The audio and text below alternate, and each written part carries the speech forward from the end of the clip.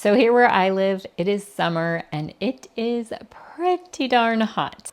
I am not always the biggest fan of the season of summer, but this summer I'm really trying to embrace this season a little bit more. And one of the ways I'm doing this is I made a collection of some really great summer picture books that just hit on some of those classic summer highlights. And I think it's actually helping. There are actually some pretty rad parts about summer, and I feel like these picture books capture that quite well.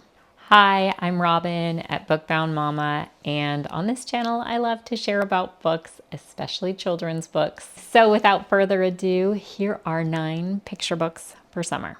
This first picture book asks the all-important age-old question: what happens if you swallow a watermelon seed? This is called The Watermelon Seed. It is by Greg Pizzoli and it was published in 2013. Crocodile loves watermelon. I hear ya. But one day while they're eating a watermelon slice, they accidentally swallow a seed. Crocodile goes into all sorts of worst case scenarios of what might be happening inside their body until finally the problem unexpectedly and quite comically resolves itself. This is a super simple, quick picture book, but it is adorable. We have many of Greg Pizzoli's books on our shelf, but this is the first one I found out about, and I love this one so much. And for anyone else who is a watermelon lover and who has pondered this question at one point in their lives, it's just a really cute, playful book. In this next book, there's a twist on wishing on a star. Our main character is wishing for a star. How to Catch a Star was written and illustrated by Oliver Jeffers, and this book was published in 2004. So all this boy wants is a star, and he very patiently waits and dreams of ways that he can catch a star. We follow the simple story of this boy trying to make his dream come true. And finally, at the end of the story, in a very clever twist, this boy's dream does come true. It's one of my favorites. And while it's not specifically summer based, I feel like the boy being out at night and looking at the stars, and there's some scenes on the beach and by the ocean, I feel like all of that just has sort of a summery feel about it. Summer and baseball just go hand in hand, so I had to have a baseball book. And I immediately thought of this one that I read with the kids last year during one of our homeschool studies. This is a library copy. It is called Players and Pigtails. This was written by Shayna Corey and illustrated by Rebecca Gibbon. And this book was published in 2003. So this book follows the story of a fictional character named Katie Casey.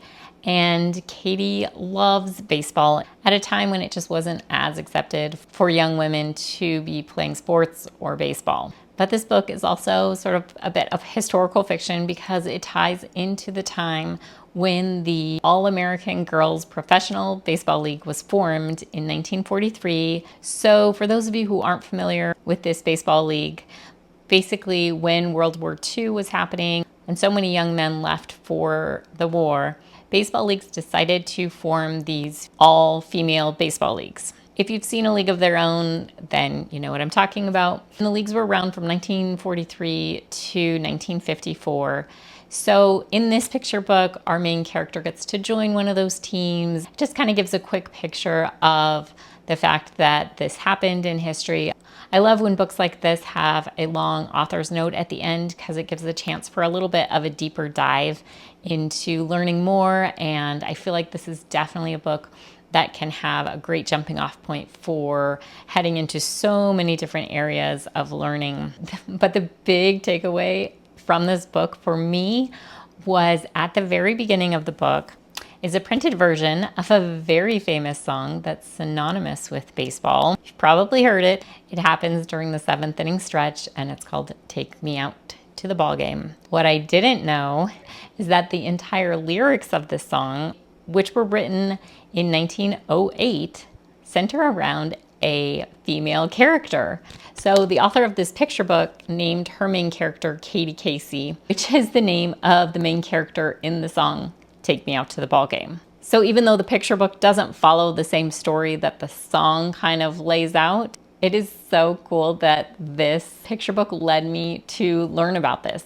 the song that is sung in all American baseball games is about a young woman who loves baseball. So to digress for a moment, the story of Take Me Out to the Ball Game, Katie Casey is this young woman who loves baseball.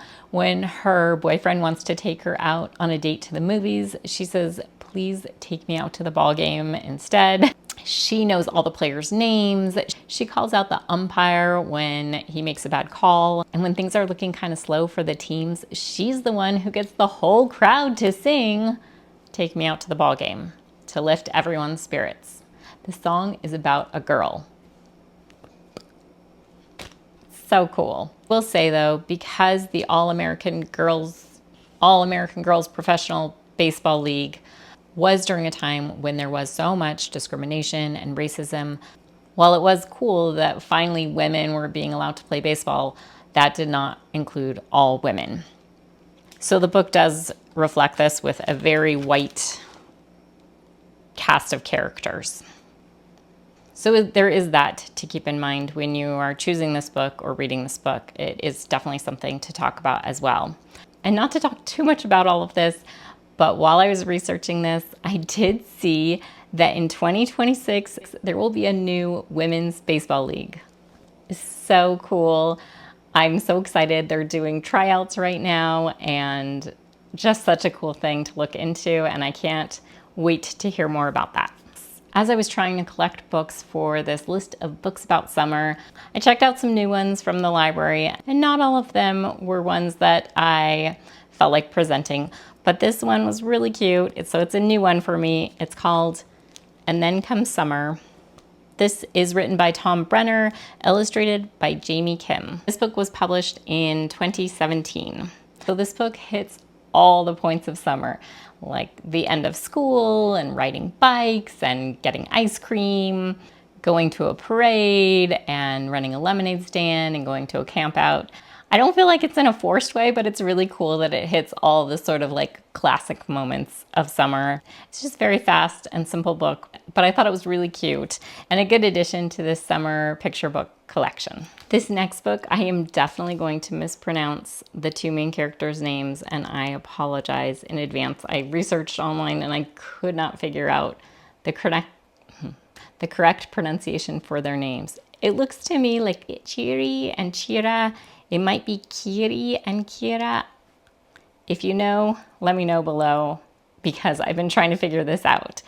So these sweet books about these two little girls riding bicycles, there's a whole series of them, and they were written and illustrated by Kaya Doi, and they were translated by Yuki Kaneko.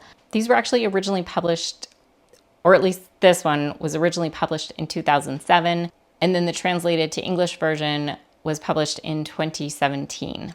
So while these books are fairly recent, they have the look and feel of like a super classic vintage book. I mean, like my brain almost gets tricked and thinks like, oh yeah, I remember reading this as a kid, which I don't, but it just has that very familiar look of a classic vintage picture book. In all the books, the two girls ride their bikes around and sort of have these whimsical adventures in nature, and they get to eat little treats in every book. And it's just very, very simple, so sweet. And out of the series, I chose this one, Chirri and Chirra, or Chirri and Chirra, in the tall grass. While quite a few of them could fit sort of the summer idea, I just felt like this one fit it the best because there's tall grass and flowers, and there's fireflies at one point, and a lizard and bugs. Just felt like it really captured sort of that summer nature feel. I think this one is really, really sweet. And if you haven't read anything from this series, oh my gosh, they are adorable. And we don't own any of them yet, but they are on my wish list. So someday.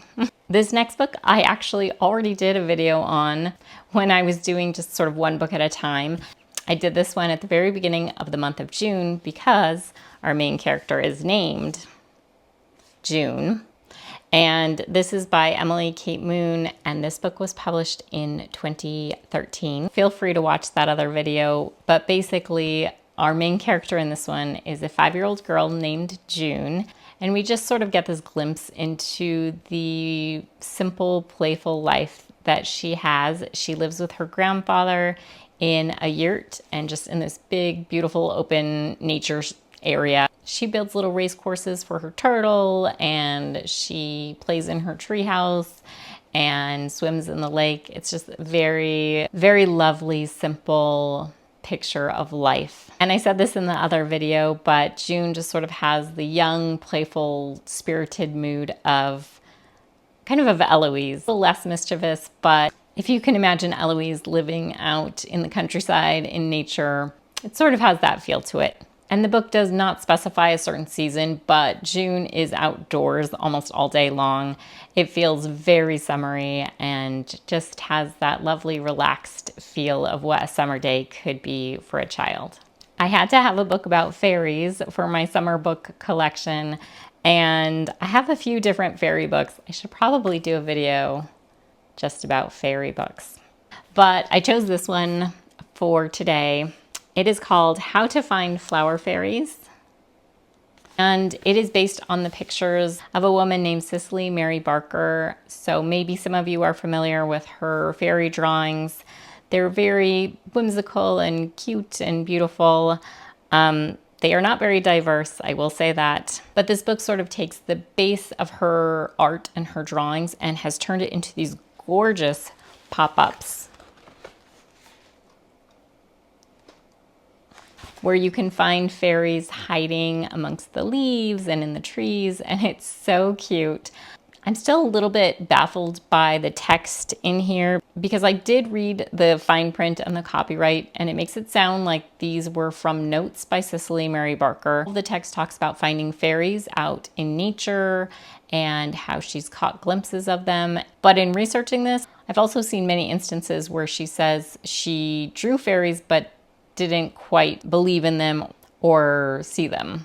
So the text is a little bit of a mystery to me, but the book itself is really sweet. It talks about how to find fairies out in nature, and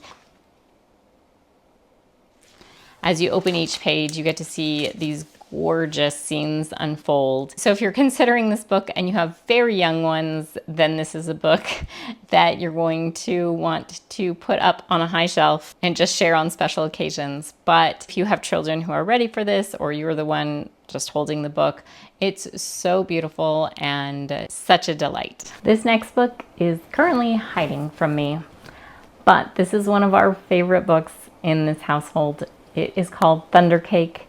It is by Patricia Polacco, and it was published in 1990. And where we live now, we don't get as many summer thunderstorms, but where we used to live, we would get these gorgeous thunderstorms that would roll in during the summer. And so this was definitely a favorite of ours. So the story tells of this young girl who is afraid of the thunderstorm, and she's hiding, and her grandma is able to coax her out from under the bed by promising that they can make thunder cake because there's a storm. So she and her grandma go around collecting the ingredients for making this thunder cake. And along the way, the girl is facing some of her other fears, like climbing high or approaching the cow that she's scared of, different things like that. So she approaches all of these things with bravery along the way, and they're able to make this cake just in time for the storm to roll in. There is a recipe at the end of the book for a thunder cake. We used to make an alternative recipe that didn't contain the shortening. I'll see if I can find that and link to it. But I would just hide the ingredients either around our house or around our yard for my daughter to find when she was little.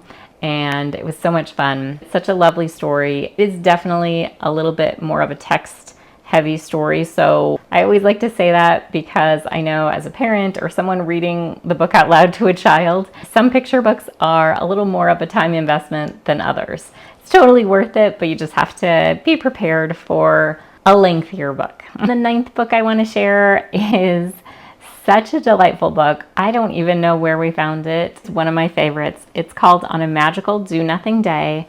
This is by Beatrice Alamagna. Probably not saying that right. It was published in 2016. When the main character of the story and his mom arrive at this sort of house in the woods, All the child wants to do is play their handheld video game.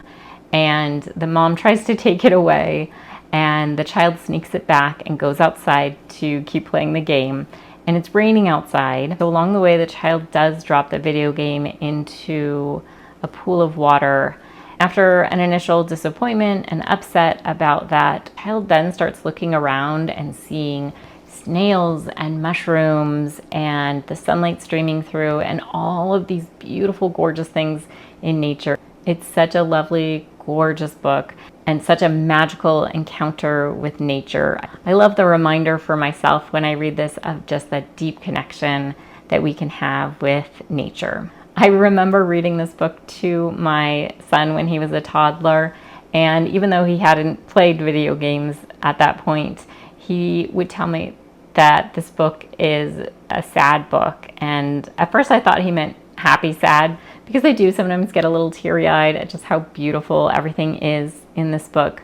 But he was definitely talking about the child losing their video game and dropping it into the lake and not being able to get it back. And even though I know some parents might be thinking, oh, well, isn't it great though that this child stepped out of video game world to enjoy nature, I can only imagine how most of us adults would feel if we dropped our precious phones into a pool of water. So my son did open my eyes even more to how incredible it was that this child who dropped something that was so special to them was able to get past that and to look around and see the beauty in nature all around. Those are my 9 books. I did not do an even 10 because I only want to share about books that I really, really highly recommend, and I just could not find a 10th book. So it is 9 picture books for summer. So now I'm super curious if you have any favorite summer picture books that you enjoy reading. I'd love to hear about them if you'd like to comment below. Next time I will be talking about some graphic novels for summer. So if that's something that interests you, feel free to subscribe so you don't miss that. And I think that's all. See you next time.